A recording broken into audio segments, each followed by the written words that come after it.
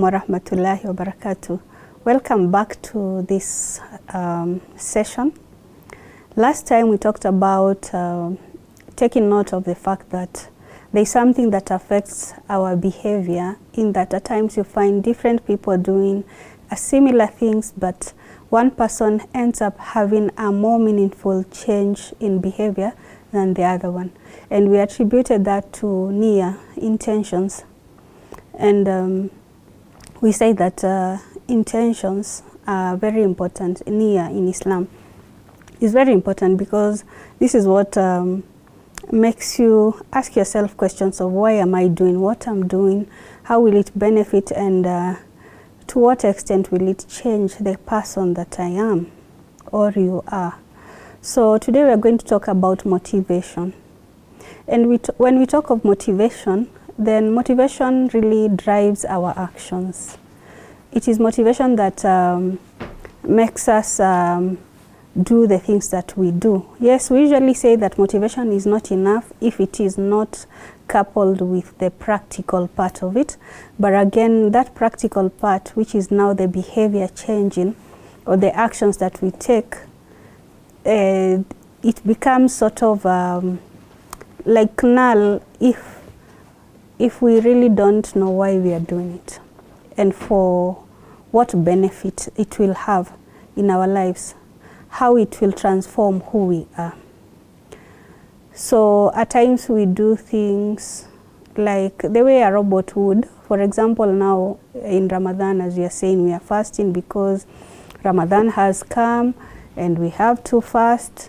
It is like a culture, so we just do it. But we don't ponder or reflect deeper and ask ourselves what are the behaviors that are supposed to come out of this fasting? And for me to achieve that, how do I shape the intention in myself that will affect how I even do the things that I do? And when we were finishing the last session, we also talked about aligning our actions to the fact that Allah created us for us to worship Him, and that can really help in the way we make our intentions and do the things that we do.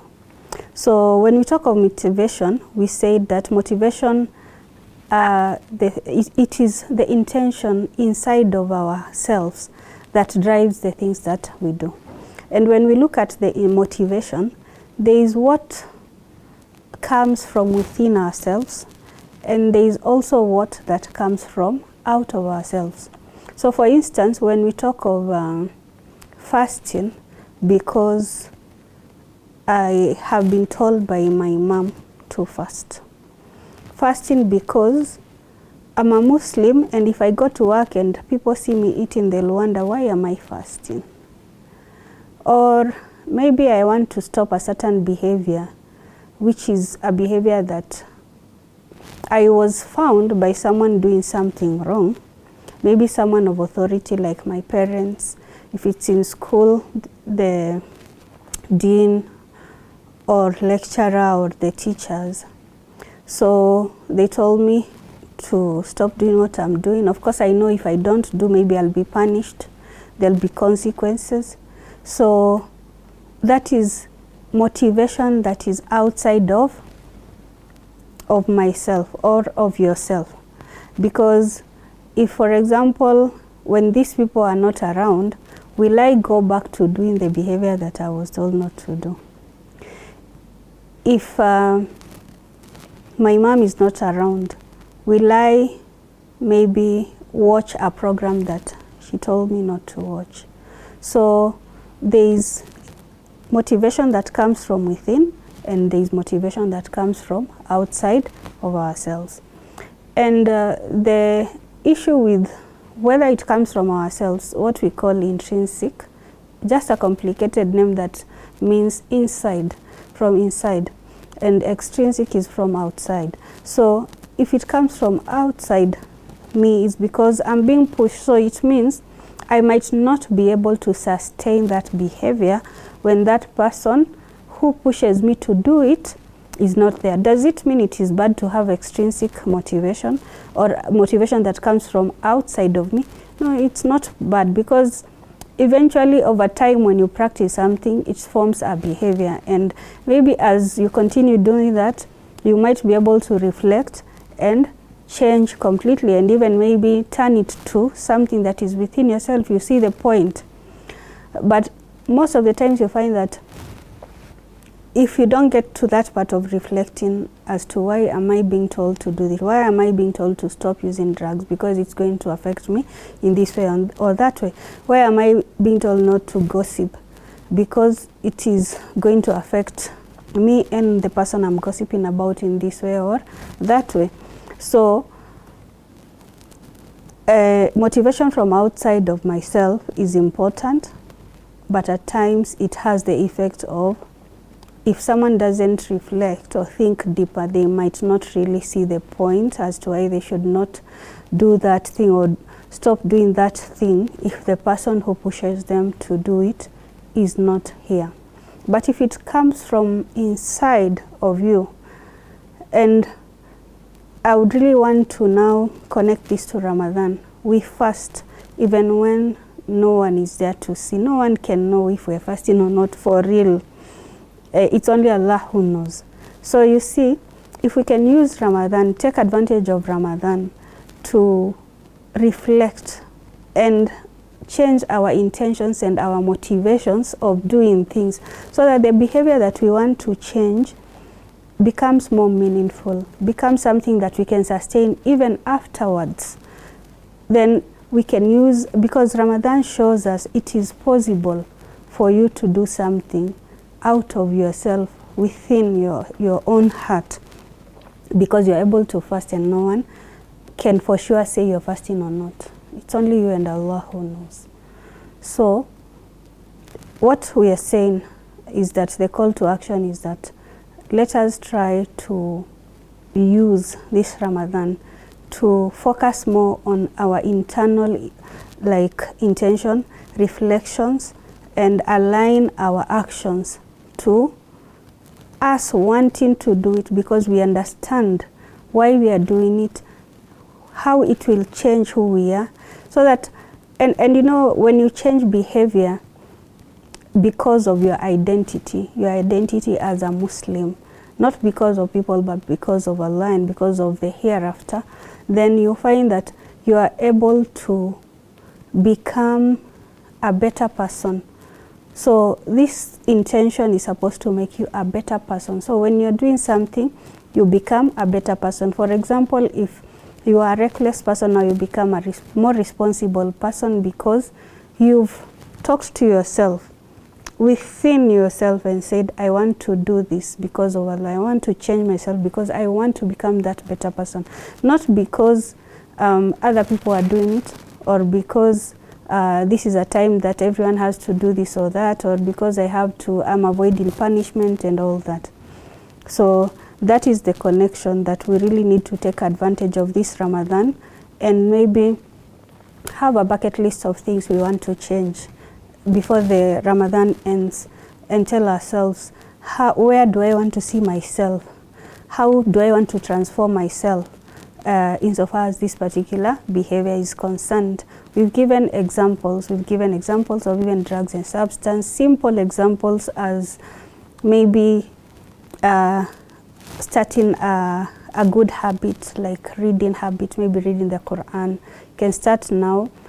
Tell yourself, I'm doing this because of Allah. Even reading your own revision, maybe for college, for school, even good habits in the home, in the family, as a couple, as a parent. There are some good habits maybe you want to start of yourself. Align them with the fact that it is very possible, because we are able in a Ramadan to do things that only Allah knows for real that we are fasting. So we are able actually to do even other things, and aligning that intention so that Allah is the only one who knows that this really comes from within yourself. So that is very, very important.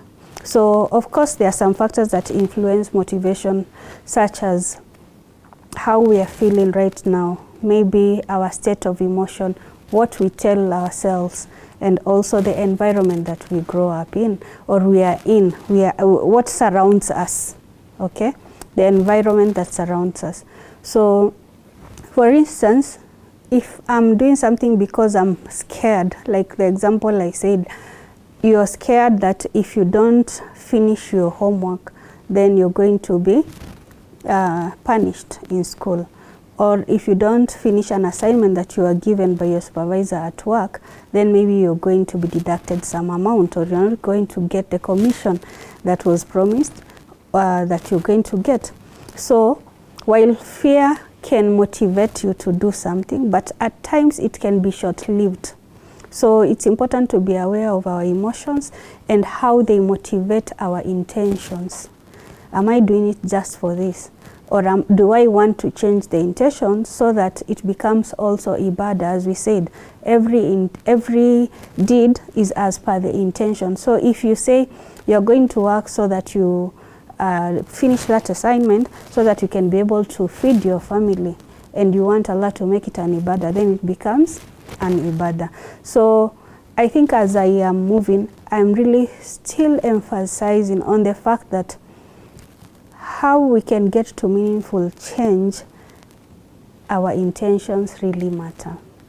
Because, for instance, the example we've given of an assignment at work by your supervisor, and this time round there's no commission, and maybe what pushed you to do it is that commission. So ask yourself, will I be able to do this assignment very well if there's no that commission? Or if my fear is I won't get the commission, or I'm going to be demoted, okay? So it's always good to go back and reflect and ask ourselves questions, and always align our intentions. And as Muslims, we've been given the chance and the platform to make our intentions right and reflect.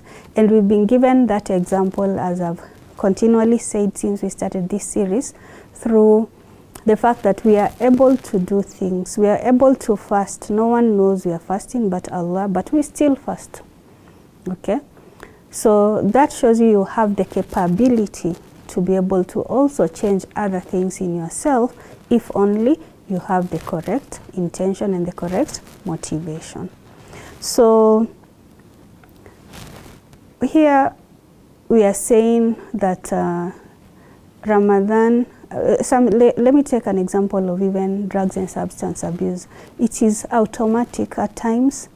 As we said, it's almost like a disease at times. So it's automatic and you do it. So why don't we use Ramadan to correct our intentions and make the things that we are doing, we do them because we want a lasting change in our lives, and still connecting it to the fact that we are going to be accounted for what we do on this earth. So until next time, when we are going to look at how we can transform ourselves, maybe 1 or 2 tips on how we can transform our behavior through having the correct intention. So how do we go about that? So I wish to continue wishing you a nice Ramadan and an accepted fast, inshallah, and let's remember each other in dua, and the Muslim in general, the sick and everyone else, as we do our duas during this Ramadan. Assalamu alaikum.